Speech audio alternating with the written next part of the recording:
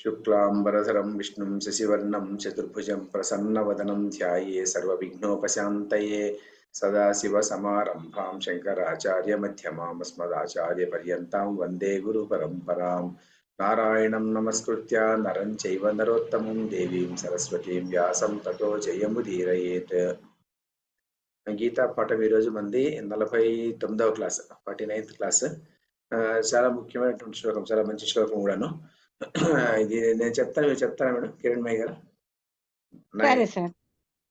నైనం ఛిందంతి శస్త్రాణి, నైనం ఛిందంతి శస్త్రాణి, నైనం ఛిందంతి శస్త్రాణి, నైనం దహతి పావకః, నైనం దహతి పావకః, నైనం దహతి పావకః, నైనం ఛిందంతి శస్త్రాణి, నైనం దహతి పావకః, నైనం ఛిందంతి శస్త్రాణి, నైనం దహతి పావకః, నైనం ఛిందంతి శస్త్రాణి, నైనం దహతి పావకః, నచైనం క్లేదయంత్యాపః, న చైనం క్లేదయంత్యాపః, న చైనం క్లేదయంత్యాపః, న శోషయతి మారుతః, న శోషయతి మారుతః, న శోషయతి మారుతః, నచైనం క్లేదయంత్యాపః, న శోషయతి మారుతః, న చైనం క్లేదయంత్యాపః, న శోషయతి మారుతః, న చైనం క్లేదయంత్యాపః, న శోషయతి మారుతః, నైనం ఛిందంతి శస్త్రాణి, నైనం దహతి పావకః, నచైనం క్లేదయంత్యాపః, న శోషయతి మారుతః. నైనం ఛిందంతి శస్త్రాణి, నైనం దహతి పావకః, న చైనం క్లేదయంత్యాపః, న శోషయతి మారుతః, నైనం ఛిందంతి శస్త్రాణి, నైనం దహతి పావకః, న చైనం క్లేదయంత్యాపః, న శోషయతి మారుతః. సరే మేడం, బాగా చెప్పారు మేడం. ఇది ఈ శ్లోకము ఈ మొదట మనం ప్రతిపదార్థం చెప్పుకుందాము, చెప్పుకున్న తర్వాత మిగతా చెప్పుకుందాం. ఇక్కడ నైనం అంటే నా ప్లస్ ఏనం, నైనం. నైనం అంటే ఏనం అంటే ఈ దేహధారి, అంటే మనం ఇంత ముందు శ్లోకం నుంచి చెప్పుకుంటూ వస్తుండేటువంటి దేహి, దేహి అంటాం కదా. దేహి అంటే దేహంలో ఉన్నటువంటి దేహాత్మ, ఆ దేహధారి అయిన జీవుడు. నైనం నా ఏనం, ఏనం అంటే అతను, ఏనం నా ఏనం చిందంతి శస్త్రాణి, నా ఏనం దహతి పావకః, నా చ ఏనం క్లేదయంతి ఆపః, నా శోషయతి మారుతః. ఇది సింపుల్గా దీనికి విడగొట్టడం అన్నమాట, పదాలు విడగొట్టుకున్నాము. ఇప్పుడు ఏనం అంటే ఈ దేహధార అయినటువంటి ఆత్మను శస్త్రాణి నా చిందంతి, శస్త్రాణి అంటే శస్త్రములు, ఆయుధములు, శస్త్రములు అంటే ఆయుధములు, నా చిందంతి అంటే ముక్కలు చిందంతి అంటే ముక్కలు చేసేది అనమాట. నా చిందంతి ముక్కలు చేయజాలవు.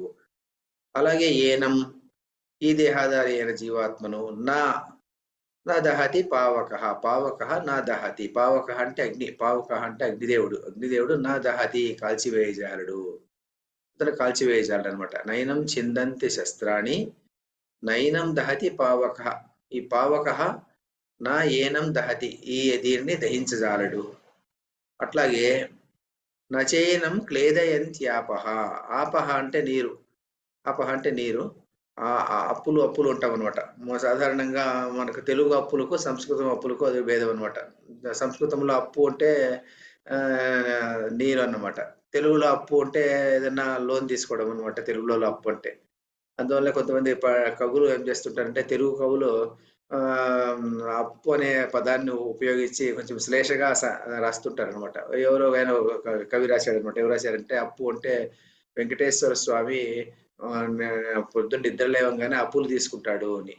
అప్పులు తీసుకుంటాడంటే ఏమిటంటే అక్కడ అర్థం ఏమిటంటే అప్పులు అంటే భూమిలో ఉండేటువంటి నీరినంతటిని సూర్యుడొస్తాడు కదా! సూర్యుడు పుట్టంగానే సూర్యుని యొక్క తేజస్సుకి ఏమైపోతుందంటే నీళ్ళన్నీ ఇమిరిపోతాయి గదా! నీళ్ళు ఇమరడం మొదలైపోతుంది. అందువల్ల సూర్యుడు పుట్టంగానే సూర్యుడు అప్పులను తీసుకుంటాడు అని ఒక పద్యం రాశాడనమాట. అంటే అప్పులు తీసుకుంటాడంటే అప్పు అంటే నీరు. నీరుని తీసుకుంటాడు అని చెప్పడంలో ఆయన చెప్తారనమాట. కానీ అప్పు అంటే సంస్కృతంలో నీరు. తెలుగులో అప్పు అంటే రుణం. సూర్యుడు రుణం తీసుకుంటాడు అని అంటాడు. సూర్యుడు అప్పు తీసుకున్నాడు అంటే అక్కడ అప్పు అంటే ఈ అప్పు అన్నమాట. నీళ్ళ అప్పు. నచైనం క్లేదయంతి ఆపహ. ఆపహ అంటే నీరు. నా చ ఏనం. ఏనం దీనిని క్లేదయంతి. క్లేదయంతి అంటే సాధారణంగా తడుపలేవు అని ఒక అర్థము. కానీ ఇంకా విశేషంగా అర్థం చెప్పాలంటే క్లేదయంతి అంటే దాన్ని విడగొట్టడం అన్నమాట. ఏదైనా ఒక పదార్థం ఉండేదాన్ని విడగొట్టలేదు. అంటే నీరు తడిపి విడగొడుతుందట సాధారణంగా. అంటే తడిపి విడగొట్టడం అంటే ఏమిటంటే ఏదైనా 2 వస్తువులు కలుసుకొని ఉండేటువంటి దాన్ని నీళ్లు కలిసినప్పుడు ఆ రెండిటిని విడగొట్టేస్తుందన్నమాట. తడిపి విడగొట్టేదాన్ని క్లేదయంతి అంటామన్నమాట. అది అలా విడగొట్టలేదు. తర్వాత నా మారుతః శోషయతి. మారుతః అంటే గాలి. గాలి ఎండగొట్టలేదు. శోషయతి అంటే ఎండించేదనమాట. శోషయతి అంటే ఎండించేది. మనం ఎండకు వెళ్తుంటాం అనుకోండి. ఎండకు వెళ్ళేటప్పుడు మనకేమవుతుందో ఒకసారి చాలా ఎక్కువ ఎండ ఉన్నప్పుడు మనకు శోష వచ్చి పడిపోతున్నాము అంటామనమాట. శోష వచ్చి పడిపోయడం అంటే ఏమిటంటే శోష అంటే ఈ గాలి దెబ్బనమాట. గాలి వడగాలి అంటాం గదా! ఆ గాలి దెబ్బతో ఏమైపోతుందంటే పెద్దవాళ్ళు గూడాను మనం మూర్ఛ పడిపోతాం. వడదెబ్బ కొట్టి కింద పడిపోతామనమాట. ఇది మారుతః ఆ గాలి శోషయతి అలా శోషింపజేయజాలదు. దేన్ని? ఈ ఏనం దీన్ని. ఏనం అంటే ఈ దేహాత్మను. దేహాత్మను అంటే దేహంలో ఉన్నటువంటి ఆత్మను, జీవుడిని. అది తత్వం అన్నమాట. అంటే ఈ దేహధారి అయినటువంటి జీవాత్మను శస్త్రములు చిందంతి నా ఏనం చిందంతి. శస్త్రములు ముక్కలు చేయజాలవు. అలాగే అగ్ని దహించజాలదు. నీరు తడుపజాలదు. మరి గాలి దాన్ని శోషింపజాలదు అంటే ఎండగొట్టలేదు అని చెప్తున్నానన్నమాట. ఇక్కడ ఏమి చెప్తున్నంటే నయనం చిందంతే శస్త్రాణి. ఇక్కడ శస్త్రాణి అని ఒక పదం అన్నమాట. శస్త్రాణి అంటే శస్త్రములు. శస్త్రములు అంటే ఏమిటి? మరి శస్త్రములేమి అని ఒక సందేహం వస్తే ఇక్కడ శస్త్రములు అని ఉపయోగించాడు. ఇక్కడ మనం అర్థం చేసుకోవాల్సింది శస్త్రములు, అస్త్రములు 2 కూడా అర్థం చేసుకోవాలి. అస్త్రములు అంటే ఏమి? శస్త్రములు అంటే ఏమిటంటే భేదము. శస్త్రములు అంటే ఏమిటంటే మంత్రము ఉపయోగించుకోకుండా వాడేటువంటి ఆయుధాలన్నమాట. మనము సాధారణంగా గద విసురుతారనుకోండి. గద వేయడం గాని, ఒక కత్తితో యుద్ధం చేయడం గాని, కత్తి విసరడం గాని, లేకుంటే ఒక ఈటెతో పొడవడం గాని, చాకు తీసుకొని పొడవడం గాని, ఇవన్నీ ఏమొస్తాయి? దేని కిందకొస్తాయంటే శస్త్రములు ఇవన్నీ. శస్త్రములు అంటే మంత్రం లేదనమాట దీనికి. అదే అస్త్రములు అంటే ఏమి? అస్త్రములు అంటే మామూలుగా గడ్డిపోచ కూడా తీసుకునేసి శ్రీరామచంద్రుడు గడ్డిపోచ తీసుకునేసి మంత్రించి ఆ కాకాసుడి మీదకి వేశాడు అని చెప్తుంటాము. అంటే ఏమిటంటే మంత్రశక్తితో బాణమే ఉండనక్కర్లేదనమాట. మంత్రశక్తితో ఒక దర్భపు పుల్ల కూడాను ఒక బాణంగా తయారైపోతుందనమాట. బాణంగా తయారైపోయి దాన్ని అది ఛేదిస్తుందనమాట. ఇక్కడ శస్త్రాన్ని అంటే అది ఉపయోగించాడు. కానీ ఉపలక్షణంగా చెప్పుకుంటే అస్త్రములు, శస్త్రములు ఏదైనా కూడాను దీన్ని చిందంతి ముక్కలు చేయజాలవు.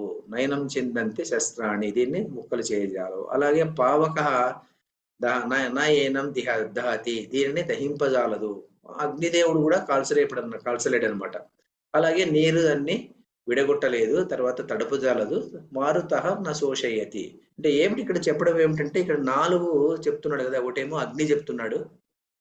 ఒకటేమో శస్త్రాలు చెప్తున్నాడు. శస్త్రములు మొదటిది. రెండవది అగ్ని. మూడవది నీరు. నాలుగవది వాయువు. ఈ 4గింటిని చెప్తున్నాడు ఇక్కడ. 4గింటిని ఎందుకు చెప్తున్నాడు అంటే దీని వెనక అర్థం తీసుకుంటే ఈ 4గింటికి పంచభూతాల్లో 4 తత్వాల నుంచి ఇక్కడ తీసుకొని వచ్చాడు అని చెప్పేసి. పంచభూతముల్లో పంచభూతములు అంటే పృథివీ, అప్పు, తేజస్సు, వాయువు, ఆకాశము. 5 అన్నమాట. ఈ 5ంటిలో 4టిని తీసుకున్నాడన్నమాట. పృథివీ అంటే ఏమి? భూమి. భూమి నుంచి వచ్చిండేటువంటిదే శస్త్రములు అన్నమాట. శస్త్రములు ఉన్నటువంటి ఎక్కడి నుంచి వస్తాయి? ఒక కత్తి రావాలనుకోండి, కత్తి తయారు చేయాలనుకుంటే కత్తి ఎక్కడి నుంచి వస్తుంది? ఆ కత్తి భూమిలో నుంచినే ఒక లోహం రావాలి. ఏదో ఒక లోహం, ఇనుము గాని ఇంకేదో లోహం గాని ఆ లోహాన్ని బయటికి తీసి దాన్ని శుద్ధి చేసి తర్వాత ఇనుము తయారు చేసి ఆ ఇనుము నుంచి ఒక శస్త్రం తయారు చేస్తాం అనమాట. సో శస్త్రాన్ని ఎప్పుడైతే వాడారో ఆ శస్త్రములు ఎక్కడి నుంచి వచ్చాయి? పృథ్వీ స్వరూపం. అది పృథ్వీ స్వరూపం. పృథివీ స్వరూపం నుంచి వచ్చినటువంటి వస్తువు ఏది కూడాను ఈ ఆత్మను ఏమీ చేయలేదు అని చెప్పడానికి కోసం నయనం చిందంతి శస్త్రాణి. శస్త్రాణి అనేది ఒక ఉపలక్షణం చెప్పాడనమాట అంతే. శస్త్రములే కాదు ఇంకేమి కూడాను భూమి నుంచి పుట్టినటువంటి ఏ వస్తువుతో కూడాను ఇది నయనం చిందంతి ముక్కలు చేయలేకుండా పోదు అంటే ముక్కలు కాదు. శస్త్రములతో ముక్కలు కాదు అంటే పృథ్వీ తత్వము ఈ ఆత్మను ఏమీ చేయలేదు. పృథ్వీ ఏమీ చేయలేదు. అలాగే నయనం దహతి పావక అగ్ని ఏమీ చేయలేదు. అంటే అది అగ్ని కూడా పృథివీ తేజస్ అంటే అగ్ని కూడా ఆత్మని ఏమీ చేయలేదు. అలాగే ఆపహ నీరు కూడాను ఆత్మని ఏమీ చేయలేదు.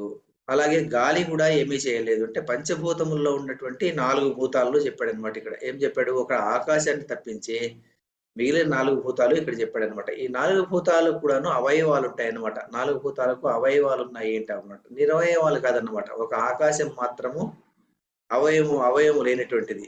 మనం ఆకాశం ఎలా ఉందనుకోండి, ఆకాశం ఎక్కడుంది అంటే ఎక్కడుంటుంది ఆకాశము మనము చూడలేము అనమాట. దాన్ని చెప్పలేము అనమాట. అదే పృథ్వీ తీసుకోండి, పృథ్వీకి అవయవం ఉంది. ఎలా ఉంది అంటే ఒక కొండ ఉంది, ఒక గుట్ట ఉంది, ఒక వాగు ఉంది, ఇంకోటి ఉంది అనమాట. వాటిని చూసేసి ఇది కొండ ఉన్నది అవయవం దానికి. సో అలాగే ఎప్పుడైతే అవయవం ఉందో దాన్ని అవయవం ఉంది అని చెప్తాం అనమాట. దానికి ఒక అవయవం ఉంది. అలాగే నీటికి పారుతూ ఉంటుంది, కనిపిస్తుంటుంది అనమాట. దానికి అవయవం ఉందన్నమాట, పారేటువంటి లక్షణం ఉంది దానికి. అలాగే గాలి వచ్చినప్పుడు మనకు తెలుస్తుంది అనమాట. తేజస్సు అగ్గి ఉండేది మనం చేయి పెట్టామంటే కాల్ చేస్తుంది అనమాట. అది మనకు దానికి అవయవం ఉన్నట్టే పెరుగుతుంది. తర్వాత అందులో నుంచి మనకు జ్వాలలు వస్తాయి, పైకి వస్తాయి. సో అన్ని ఏమంటారు అవయవాలు ఉన్నాయి అంటాం అనమాట. సో మనం ఏం చెప్పుకున్నాము ముందు శ్లోకాల్లో, ఏం చెప్పుకున్నామంటే ఆత్మ నిరవయమయము అంటే అవయవము లేనటువంటిది ఆత్మ అని చెప్పుకున్నాం అనమాట. అవయవాలు ఉంటే దాన్ని ఏదైనా చెడగొట్టచ్చు, దాన్ని ఏదైనా పొగలగొట్టచ్చు. అవయవం ఉంటే గన అంటే ఆకారం ఉండి ఒక రూపం ఉండి ఆ రూపానికి ఒక చెయ్యి, ఒక కాలు, ఇంకోటి మరొకటి ఉందనుకోండి, అవయవం ఉందనుకోండి, అప్పుడే చేయొచ్చు. శస్త్రంతో దాన్ని ఖండించచ్చు, లేకుంటే నీటితో దాన్ని తడపవచ్చు, లేకుంటే వాయువుతో దాన్ని దుబ్బేయచ్చు, ఏమైనా చేయొచ్చు అనమాట. కానీ అవయవమే లేనటువంటిది స్వరూపం అనమాట. ఆకాశం కన్నా అతీతమైనటువంటి పదార్థం అన్నమాట, వస్తువు అన్నమాట. అందువల్ల ఈ పృథ్వీ తత్వం గాని, తర్వాత నీటి తత్వం గాని, అగ్నితత్వం గాని, వాయుతత్వం గాని, ఏ తత్వం కూడాను ఈ ఆకాశాన్ని ఏమీ చేయలేదు అని చెప్పడం కోసం దీన్ని నయనం చిందంతి శస్త్రాన్ని నయనం దహతి పావక నచైనం క్లేదయంత్యాపహ న శోషయతి మారుత అని చెప్పుకుంటూ వచ్చారనమాట. ఇక్కడ ఇదంతా చెప్పిన తర్వాత ఏం చెప్తారంటే, ఇప్పుడు ఇంకా ఒకటి కూడా ఉంది. ఇది ఒక కారణం అనమాట. ఒక కారణం ఎందుకు ఈ 4టిని చెప్పుకుంటూ వచ్చారంటే, ఈ 4 కూడాను ఏం చేస్తాయి, అవయవం ఉన్నటువంటి ఏ పదార్థాన్నన్నా కూడాను అవి ముక్కలు చేయగలుగుతాయి. దాన్ని వికారాన్ని తీసుకొని వస్తాయి. ముక్కలు చేయడం అంటే ఏదో వికారం, అంటే ఉన్నదాన్ని ఏదో వికారం. ఒక ఇనుప ముక్క ఉందనుకోండి, ఇనుప స్తంభం ఉందనుకోండి, లేకుంటే ఇనుపు వస్తువు ఏదన్నా ఉందనుకోండి, దాన్ని అలా పెట్టేసామనుకోండి, కొన్ని రోజులు బయట పెట్టేసామనుకోండి, తుప్పు పట్టిపోతుంది అనమాట. వికారం వచ్చింది ఏంటమనమాట దానికి కూడా వికారం వస్తుంది అనమాట. అందువల్ల ఏం చెప్తారంటే, ఈ పంచభూతాలు ఉన్నాయి కదా, ఈ పంచభూతాల్లో ఈ 4 భూతాలు ఒకదాన్నొకటి పరస్పరం నాశనమన్నా చేస్తుంటాయంట, పరస్పరం దాన్ని సహకారం అన్నా చేస్తుంటుంది, లేకుంటే నాశనం అన్నా చేస్తుంటుందంట. నీరు ఉందనుకోండి, నీరు ఏం చేస్తుందంటే 2 వస్తువులను కలుపుతుంది. ఒక్కోసారి 2 వస్తువులు కలుపుతుంది, ఒక్కోసారి 2 వస్తువులను విడదీస్తుంది అనమాట. అవి 2 వస్తువులు కలుపుతుందంటే ఏదైనా ఒక పిండి ఉందనుకోండి, నీరు వేస్తామనుకోండి, నీరు కలిపినప్పుడు 2 పిండి ఏదైనా ఒక 2 రకాల పిండి తీసుకునేసి నీరు పోసి నీటిలో కలిపేసామనుకోండి, రెండింటినీ కలిపేస్తుంది అనమాట. అలాగే 2 పదార్థాలను విడదీస్తుంది. ఒకసారి విడదీసేది అంటే ఎలా చేస్తుంది, విడదీసి అంటే వికారాన్ని తీసుకొని వస్తుంది అనమాట. ఏదో ఒక చెక్కను తీసుకొచ్చి నీళ్ళలో వేసేసామనుకోండి, అది కొంతకాలానికి ఏదో ఉబ్బుతుంది అనమాట. లేకుంటే ఒక ఇనుప ముక్కలు వేసామనుకోండి, అది తుప్పు పట్టిపోతుంది అనమాట. అదేం చేస్తుంది, నీరుకు ఆ శక్తి ఉంటుంది అనమాట. అది విడిగా వికారాన్ని తీసుకొచ్చేటువంటి శక్తి ఉంటుందన్నమాట. కొన్ని సందర్భాల్లో అది కలుపుతుంది, కొన్ని సందర్భాల్లో అది క్షీణింపజేస్తుంది అనమాట. ఈ 4 భూతాలు అలాగే ఉంటాయన్నమాట. వాయువు కూడా అంతే, ఒక్కోసారి నిప్పును ఆర్పేస్తుంది అనమాట. నిప్పు ఉందనుకోండి, వాయువును వేడి చేస్తుంది అనమాట, వేడిగాలు వచ్చేటట్టు చేస్తుంది అనమాట. నీటిని నీటితో నిప్పును ఆర్పచ్చు, నిప్పును ఆర్పేటువంటి గుణం నీటికి ఉంటుంది అనమాట. అయితే నీటిని నిప్పే బాయిల్ చేసేసి అది ఏం చేస్తుందంటే ఆవిరయ్యేటట్టు చేస్తుంది అనమాట. సో ఈ రకంగా ఏం చేస్తుందంటే, ఈ పంచభూతాల్లో ఈ 4 భూతాలు ఒకదానికొకటి పరస్పరం కలిసినప్పుడు ఏమవుతుందంటే సంఘాతం కలిగి ఆ తత్వానికి వికారాన్ని తీసుకొని వస్తుంటుంది అనమాట. వికారం అంటే ముందున్నట్టు ఆకారం కాకుండా ఇంకొక ఆకారం తీసుకొని వచ్చేటువంటి తత్వము ఈ నాలుగింటికి ఉంటుంది అని చెప్తారనమాట. ఈ నాలుగింటికి ఇది ఉంటుంది. ఈ 4 కూడా కలిసి ఆత్మను ఏమీ చేయలేవు. ఎందుకు చేయలేవంటే ఆత్మకు అవయవాలు లేవు కాబట్టి అని ఒక అర్థం అనమాట. ఒక రకంగా చెప్పుకోవడం అనమాట. రెండో రకంగా ఏం చెప్తారంటే ఈ 4 ఎక్కడి నుంచి వచ్చాయి? ఈ 4 ఎక్కడి నుంచి వచ్చాయంటే పృథివీ, అప్ తేజస్, వాయువు, ఈ ఆకాశం కూడాను ఎక్కడి నుంచి వచ్చాయి? ఆకాశం కూడాను ఆత్మ నుంచి వచ్చింది అని చెప్తామనమాట. తైత్తరీయ ఉపనిషత్తులో ఏం చెప్తారంటే ఆకాశం ఆత్మ నుంచి సంభూతమైనటువంటిది. ఆకాశాత్ వాయువు అంటాం. ఆకాశం నుంచి వాయువు వచ్చింది. వాయురగ్ని, అగ్నేరాపః.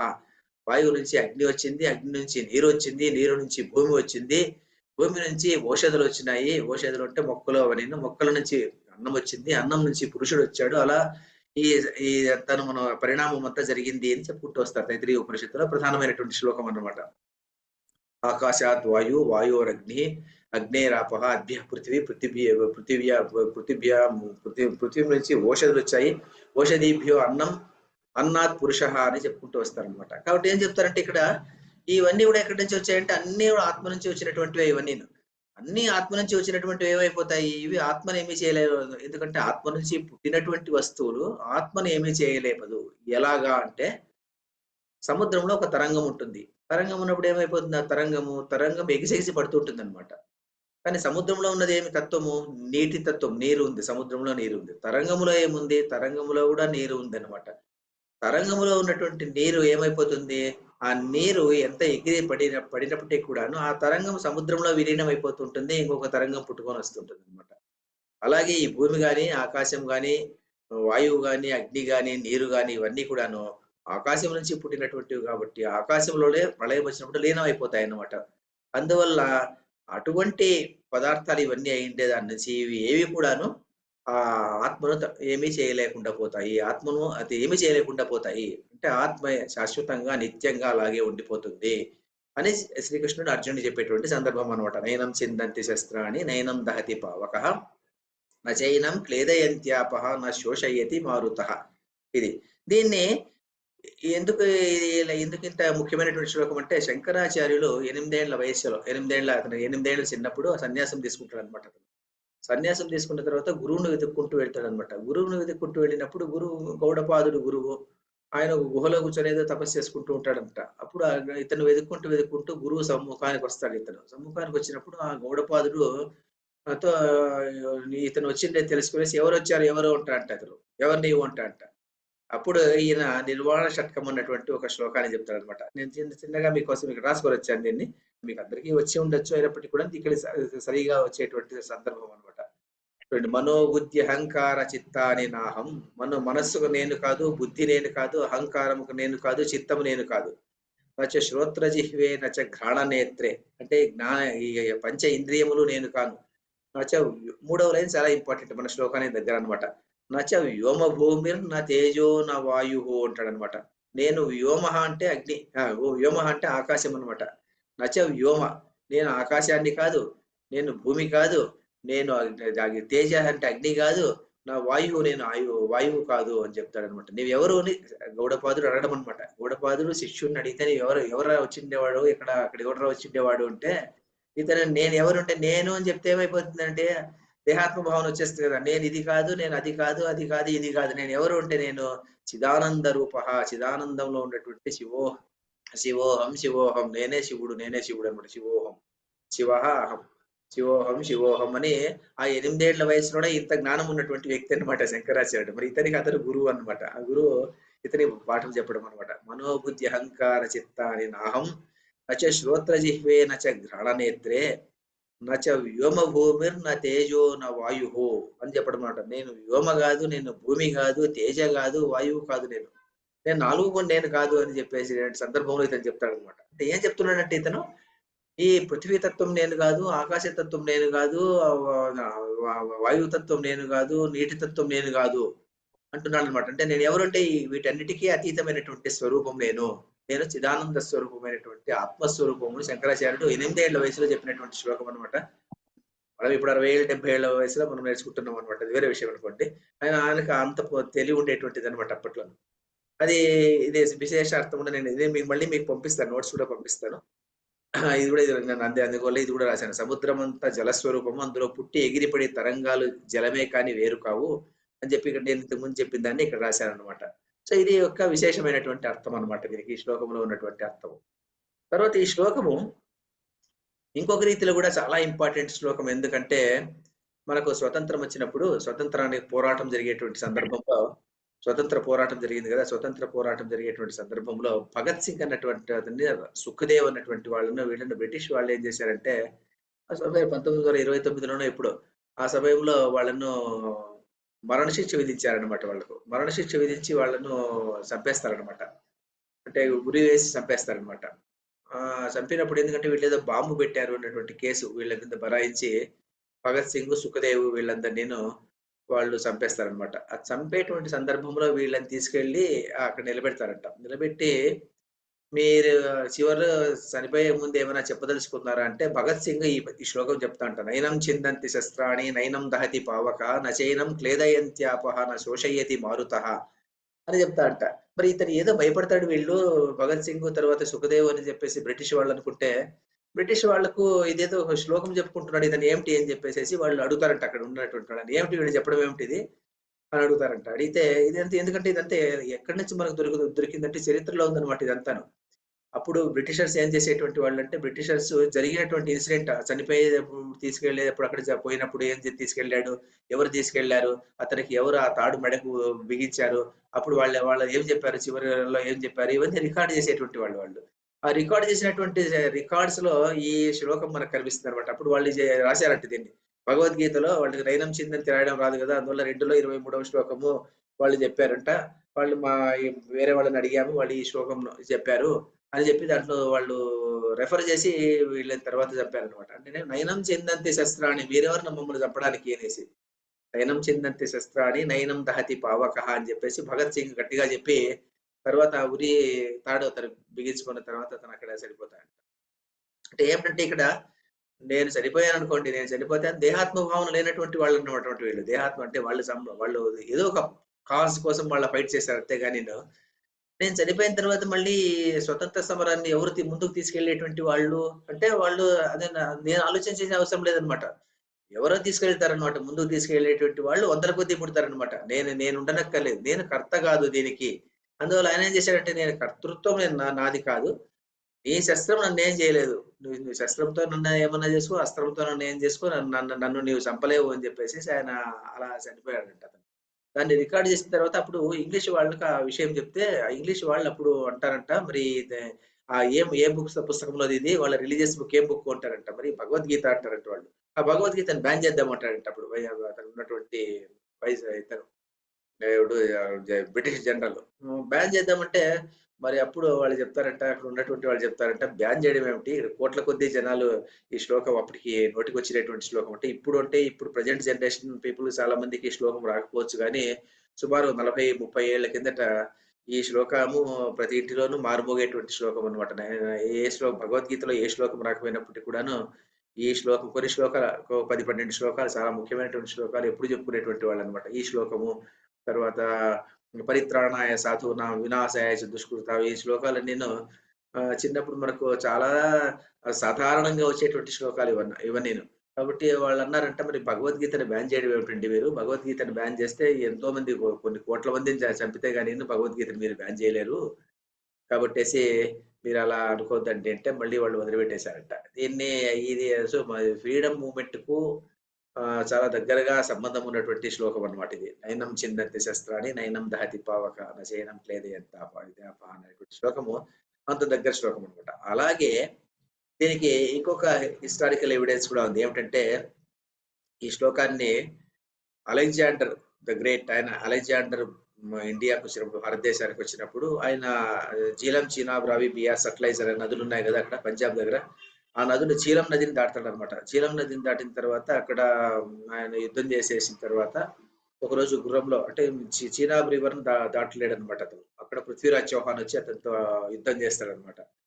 ఆ సందర్భంలో ఆయన ఒకరోజు ఆ యుద్ధం జరిగేటానికి ముందు ఒకరోజు ఆయన గుర్రం వేసుకునేసి ర మ భారతదేశపు హద్దుల్లో అలా తిరుగుతుంటాడంట. తిరిగేటువంటి సమయంలో ఒక సన్యాసి ఏ దూరంలో ఉంటాడట. ఆ సన్యాసి అక్కడ వచ్చి ఆ సన్యాసి కూర్చొని ఉంటాడట. మరి అలెగ్జాండర్ వచ్చినప్పుడు ఈ సన్యాసి లేచి నిలబడ్డట. లేచి నిలబడకుండా ఆయన పాటికి ఆయన ఆత్మజ్ఞానంలో ఉన్నటువంటి వ్యక్తి అన్నమాట. ఆత్మజ్ఞానంలో ఉన్నటువంటి వ్యక్తి ఇతను మహారాజు అయితే అయినాడు. లేకుంటే ఆయనకి పట్టిండేది కాదనమాట. ఆయన ఆత్మనిష్టలో ఉన్నటువంటి వాడనమాట. అప్పుడు అలెగ్జాండర్ చాలా కోపం వస్తుందంట. అది గుర్రం దిగేసేసి కత్తి తీసి నేను చంపేస్తాను అని చెప్పేసి అతను వస్తాడంట. అప్పుడు ఆయన ఈ శ్లోకం చెప్పాడంట. నైనం చిందంతి శస్త్రాణి నైనం దహతి పావకః అని చెప్పేసేసి. మరి సాధారణంగా ఎవరైనా కత్తి తీసి పొడవడానికి వచ్చినప్పుడు భయపడి పరిగెత్తిపోతారనమాట జనాలు. అందులో రాజు అతను దిట్టంగా ఉన్నటువంటి వాడు, బలంగా ఉన్నటువంటి వాడు, దృఢంగా ఉన్నటువంటి వాడు ఎవరు అలెగ్జాండర్. ఇతను బక్కపట్టి ఉన్నటువంటి వాడు, కృషించిపోయినటువంటి వాడు ఒక సన్యాసి ఇతను. అతనికేమో వ వ వ ప్రపంచమంతా అతను గెలిచినటువంటి వాడు అతను. అతను జేత అతను. ఇతనేమో ఏమీ లేదనమాట. కానీ ఏమిటి అంటే ఇక్కడ వచ్చినటువంటి విషయం ఏమిటంటే అలాంటి వాడొచ్చి ఒక కత్తి తీసి ఇతన్ని చంపడానికి ప్రయత్నం చేసినప్పుడు ఈయన నిర్వికారంగా అలా కూర్చొనుండి నేను నైనం చిందంతి శస్త్రాన్ని నైనం దహతి పావకః చెప్పాడంట ఇతను. చెప్పినప్పుడు ఇది కూడా రికార్డ్ అయిందనమాట అప్పట్లో. గ్రీక్ హిస్టోరియన్స్ ఇవన్నీ రాశారనమాట. గ్రీక్ హిస్టోరియన్స్ రాసినటువంటి మన చరిత్ర మనకంత గొప్ప చరిత్ర అనమాట. అంటే ఏమిటంటే ఇక్కడ భగవద్గీతను అలా ఊరికే చదివి వదిలేయడం కాదనమాట. ఆ భగవద్గీతను జీవితాన్ని అన్వయించుకొని వాళ్ళు ప్రయత్నం చేసినటువంటి వ్యక్తులు అలాంటి వాళ్ళు అప్పుడు ఉండేటువంటి వాళ్ళనమాట. అలా చెప్పాడని చెప్పేసి అప్పుడు కూడాను ఆయన ఆయన చాలా కోపం వచ్చేసి తర్వాత ఏమిటది? వాట్ ఈస్ దట్ ఫిలాసఫీ అని అడిగితే వాళ్ళు ఆ మంత్రులంతా కనుక్కునేసి అంతా చెప్తారంట భగవద్గీతలో ఇలా ఉంది అంటే అప్పుడు ఆయన ఆ ఫిలాసఫీని చాలా అడ్మైర్ చేసేసి ఆయన మన ఈ సంస్కృతిని ఎంతో గౌరవించి సరే ఆ సన్యాసిని చెప్పకుండా వదిలేసేసి ఆయన అక్కడి నుంచి ముందుకు వెళ్ళిపోయేసి ఆయన ఒక మనసులో ఒక విచారం ప్రారంభమవుతుందంట అతనికి. విచారం అంటే ఒక ఏమి ఒక రకమైనటువంటి చింతన. ఇంట్రాస్పెక్షన్ అంటాం కదా! ఇంట్రాస్పెక్షన్. నేను చేస్తున్నది తప్పా? లేక ఒప్పా? కరెక్టా? లేదా? ఎందుకంటే ఇన్ని రోజులు ఎంతో మందిని చంపాను. ఎంతో మందిని చంపినప్పుడు వాళ్ళు భయపడి పరిగెత్తేటువంటి వాళ్ళు. ఈరోజు భారతదేశానికి అడుగుపెట్టినప్పుడు ఈ ఒక వ్యక్తి ఒక సన్యాసి అయినటువంటి వాడు ఒక ఏదో అడుక్కొని తినేటువంటి ఒక వ్యక్తి ఇక్కడ కూర్చొనేసేసి మరి శస్త్రఘాతానికి కూడా భయపడకుండా కూర్చోన్నాడంటే వీళ్ళకు ఉన్నటువంటి ఫిలాసఫీ ఎంత గొప్పది అని చెప్పేసి ఆయన ఒక రకమైనటువంటి భావనలో పడి ఆ భావనతో తర్వాత ఆయన ఇది కూడా ఒక కారణం ఉంటారనమాట. అలెగ్జాండర్ భారతదేశాన్ని జయించేదానికి రాడనమాట. జీలం నది దాటుతాడు. చీనాబ్, రావి, బియాస్ అట్లయిసి దాటాడనమాట. ఒక నది మాత్రం దాటుతాడు. ఇంక 5 నదులు కదా అక్కడ ఉన్నది. పంచనది సంగమం సింధు నది ప్రాంతం అనమాట. సింధు నది ప్రాంతంలో ఒక నదిని మాత్రం దాటి రెండో నదిని దాటకుండా అక్కడికి ఆఫ్‌కోర్స్ పృథ్వీరాజ్ చౌహాన్ యుద్ధం చేయడం అది జరుగుతుందనుకోండి. అయినప్పటికి కూడాను ఆయన అక్కడ యుద్ధం నిలిపేసేసి సైనికులతో చెప్పేసేసి మనం వెనక్కి వెళ్దామని చెప్పేసి అక్కడి నుంచి వెనక్కి వెళ్ళిపోయేసేసి వెళ్తూ దారిలోనే చనిపోయాడు అన్నటువంటి సందర్భం మనకు తెలుస్తుందన్నమాట.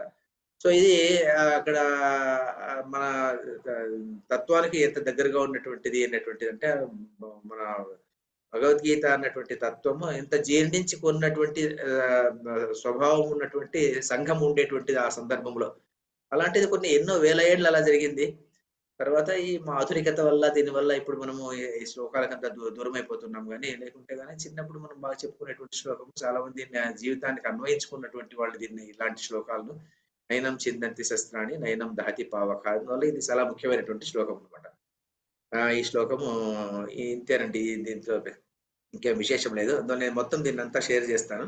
విశేషార్థము తర్వాత మనోబుద్ధి అహంకార చిత్తాన్ని మీదంతా పంపిస్తాను. చెప్పడం ఏమిటంటే ఇందులో ఏ పృథ్వీతత్వం గాని, వాయుతత్వం గాని, జలతత్వం గాని, నీటితత్వం ఏది గూడాను ఈ ఆత్మ అన్నటువంటి దాన్ని ఏమీ చేయలేదు. ఎందుకంటే ఆత్మ నిరవయవము అన్నటువంటి ఒకటి. రెండవది ఏమంటే ఇవన్నీ కూడాను ఆత్మ నుంచినే పుట్టాయి కాబట్టి ఆత్మ నుంచి పుట్టినటువంటి వస్తువులు ఆత్మలోనే లీనమైపోతాయి గానీ ఆత్మనేమి క్షణకలేవు అని చెప్పేసి చెప్పడం ఇంకొకటనమాట. అందువల్ల ఈ నయనం చిందంతి శస్త్రాణి అనేటువంటిది చాలా ముఖ్యమైనటువంటి శ్లోకం. తర్వాత మీరు ఈ శ్లోకము ఇక్కడితో ముగిద్దాం. తర్వాత మీరేమైనా చెప్పేటట్టుంటే చెప్పండి. లేకుంటే గనక లాస్ట్ క్లాస్‌లో మనం ఒకటి కర్మల గురించి చెప్పాము కదా! అది కావాల్సింటే అది ఏమిటి అని చెప్పుకుందాం అనమాట. ఈ శ్లోకంలో ఏమైనా డౌట్ ఉందా? లేకుంటే ఇంకేదైనా ముందు శ్లోకాల్లో ఏదైనా డౌట్ ఉంటే చెప్పండి. లేకుంటే కాస్త ఇది లాస్ట్ క్లాస్‌లో సుజాత గారు ఏమన్నా ఉందా? అరుణ గారు? ఏం లేదు సార్. ఏం లేదు కదా? కిరణ్మయి గారు? ఏం లేదు కదా? ఆత్మ, ఆకాశం 2 ఒకటేనా సార్ అట్లంటే? అలా కాదు. ఆత్మ నుంచి ఆకాశం పుట్టిందనమాట. ఆకాశం నుంచి పుట్టింది అంటే మనము ఎందుకు ఆకాశాన్ని ఎగ్జాంపుల్‌గా చెప్తుంటామంటే, ఆకాశం గూడా కనపడదు. ఒకటి. ఆకాశం గూడా నిరవయవము. అంటే అవయవం లేనటువంటి వస్తువు ఆకాశం. కాబట్టేసి మనం ఏం చెప్తుంటామంటే, ఇంక ఆత్మకు చాలా దగ్గరగా ఉండేటువంటి సందర్భ సం సంబం సందం సంబంధం ఉన్నటువంటిది ఆకాశం గాబట్టేసి, ఆకాశం యొక్క ఎగ్జాంపుల్ మనం మామూలుగా చెప్తుంటాము. ఆత్మ, ఆకాశం ఒకటే అన్నట్టుగా చెప్తుంటాం గానీ, ఆ ఆకాశం గూడా ఆత్మ కన్నా అధీనమైనటువంటిదే.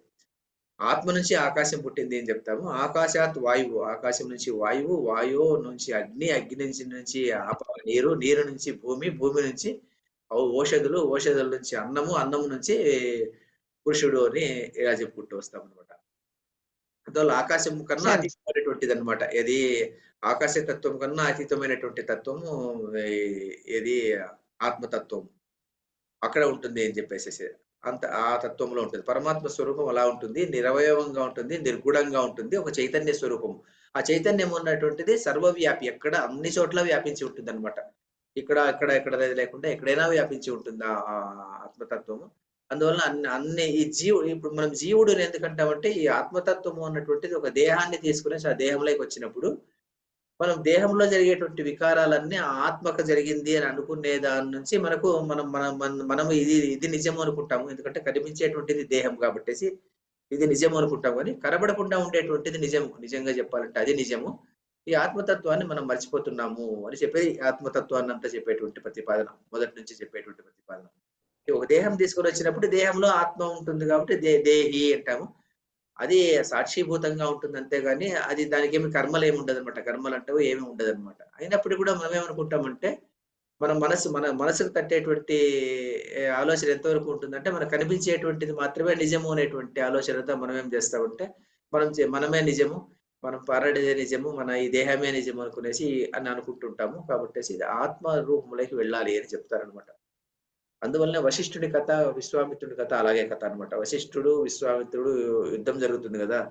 వశిష్ఠుని యొక్క ఆవును విశ్వామిత్రుడు తీసుకొని వెళ్ళిపోవడానికి ప్రయత్నం చేస్తాడు. అప్పుడు వశిష్ఠుడు ఏమనడు ఊరికే ఉంటాడన్నమాట. అప్పుడు ఆవొచ్చి వశిష్ఠుడితో చెప్తుంది, "నన్ను వదిలిపెట్టేసారా మీరు?" అంటే, "నేను వదలలేదమ్మా.